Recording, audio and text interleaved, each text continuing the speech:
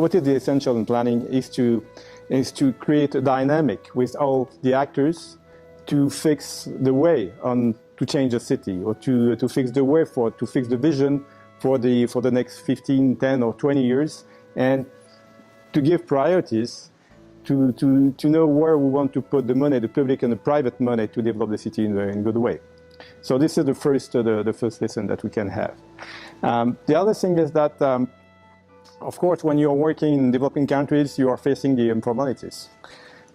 Urban informality, economic informality, etc. And we can say that for the next 20 years, there will be, in the developing country, there will be probably 2 billion more inhabitants in cities, and half of them will live in informal areas, because with the standards that are applied by the formal urban planning, create condition that is not affordable for the most of the people. For half of the people, it's too expensive, because when you put too much norms, too much standards, and you invest too much in the public services, the price of the land is too expensive, so it excludes the population.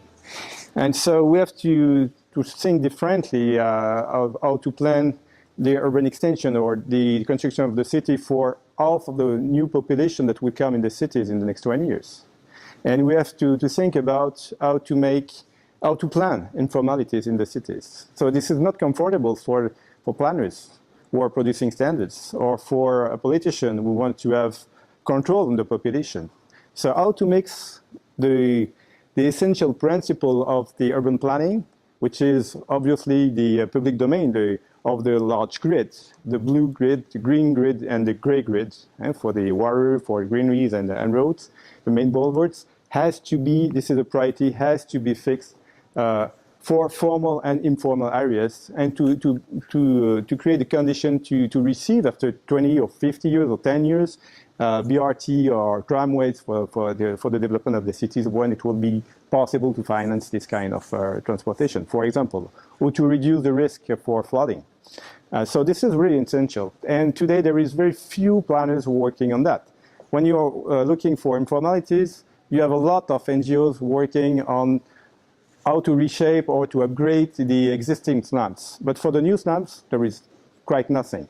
No publication, no think tank, very few people are working on that. But it is essential, because this will concern 1 billion more inhabitants in cities. And so I want to point on that, and to create a dynamic or initiative at the global level to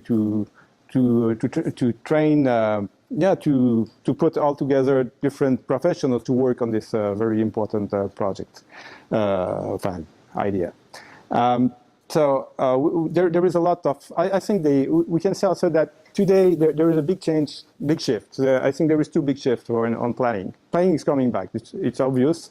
And for one reason, the main reason is climate change, because climate change needs to reshape cities differently and globally in an integrated manner, with less urban extension, with a more compact system, and this needs more planning. So this is the main reason, and there will be a lot of money for climate change, in which we can take money to have more planning. So this is obvious for, I think, everybody, or it will be obvious more and more for everybody in the next 20 years. So we can say planning is coming back, but planning will have a new era of development. But it would be different than it was in the 60s, because if we have to be comprehensive, we will not make comprehensive planning. Because today there is a big political crisis. There is not a crisis of urbanism or urban planning. There is a lot of tools. The competencies are there, including for participatory system, including for everything, to be more integrated. Planning is that. The tool exists, but we are facing a very big political crisis, because people don't believe in the politicians at all levels, at the national level, regional level, local level. They don't believe in that people. There is too much cheating, etc. But we need them. We need them to organize, to take decisions.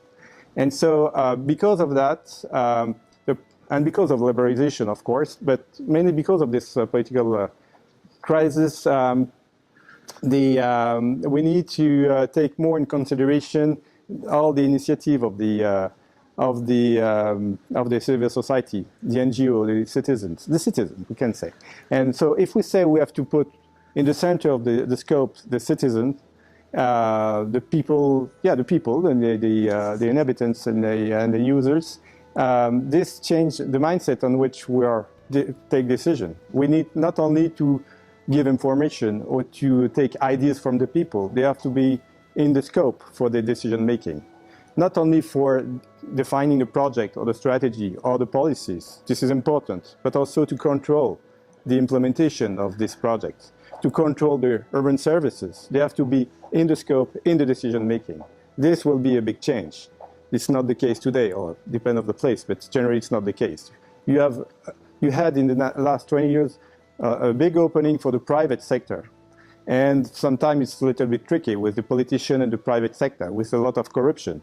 And we need a control from the population to have better regulation on that, and to be sure that the urban services that are provided, or the planning that is defined, and the projects that are implemented is not creating ghost cities, for example. Is not creating services for other things, but not for the population, or too much expensive, because there is no regulation, because the population has no access on the political decision. So we have to be, and if you want that the population will be more responsible regarding the politician, they have to be more involved, really involved in responsibility on the decision making. So this will be the big change for the next 20 years.